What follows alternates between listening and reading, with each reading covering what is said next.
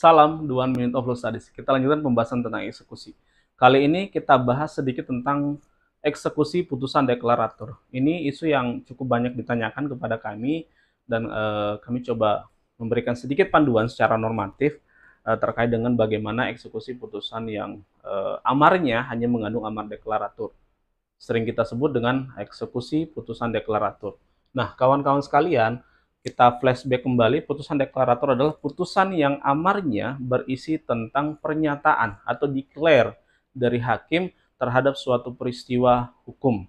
Misalnya, menyatakan sah perkawinan, menyatakan sah anak si A sebagai anak si B dan si C, dan seterusnya. Jadi, karena sifatnya yang hanya mendeklar, tidak ada perbuatan yang dihukumkan untuk dilakukan, atau tidak ada suatu kewajiban yang dibebankan kepada para pihak untuk dilakukan, maka dia pada prinsipnya tidak dapat dilaksanakan. Sehingga sifat asli dari putusan deklarator adalah non-executable. Non-executable. Misalnya, kita contohkan, dalam putusan terkait dengan wan prestasi, amar putusan pengadilan hanya menyatakan tergugat telah melakukan cedera janji terhadap penggugat dalam perjanjian nomor sekian tanggal sekian. Tetapi amar ini tidak diikuti dengan perintah yang menghukum tergugat untuk membayar ganti rugi kepada penggugat, baik ganti rugi material, ganti rugi imaterial, maupun hilangnya keuntungan yang diharapkan. Nah, karena tidak ada perintah itu, maka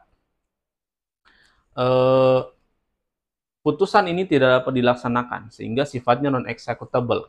Pertanyaannya adalah, apakah memungkinkan putusan deklarator ini bersifat executable?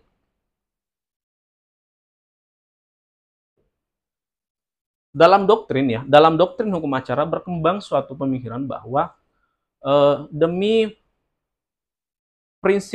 peradilan yang sederhana, cepat, dan berbiaya ringan, serta demi memberikan perlindungan optimal kepada para pencari keadilan terhadap sesuatu yang bukan merupakan kesalahan dia, maka dimungkinkan adanya prosedur tambahan di mana penggugat yang dimenangkan dalam gugatan pertama tadi mengajukan gugatan baru, yaitu gugatan penambahan amar, ya, gugatan penambahan amar yang terkait dengan putusan yang pertama tadi. Jadi gugatan penambahan amar ini meminta agar ada amar kondemnatur.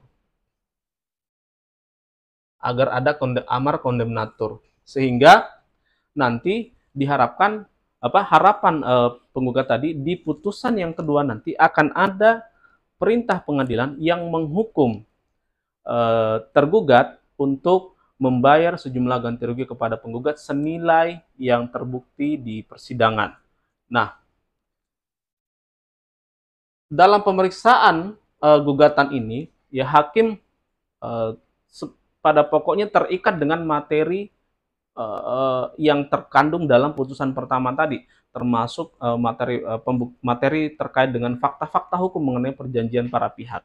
Yang perlu diperiksa oleh hakim sebenarnya adalah adakah relevansi yang kuat antara petitum yang diminta terhadap dengan amar deklarator di putusan yang pertama tadi. Kalau sudah ada relevansinya, maka yang pertanyaan berikut yang harus dijawab adalah berapa nilai ganti rugi, misalnya kalau dalam gugatan prestasi, yang perlu dihukumkan kepada pihak tergugat. Nah, setelah diputus dan telah ada amar kondemnatur nanti, maka ya, jadi karena sifat putusan pertama tadi sudah inkrah, maka putusan ini pada dasarnya dapat dijalankan terlebih dahulu.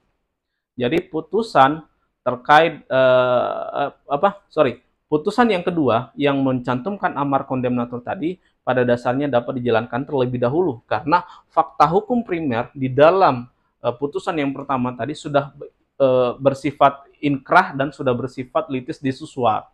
Jadi sudah mengakhiri persengketaan di antara mereka.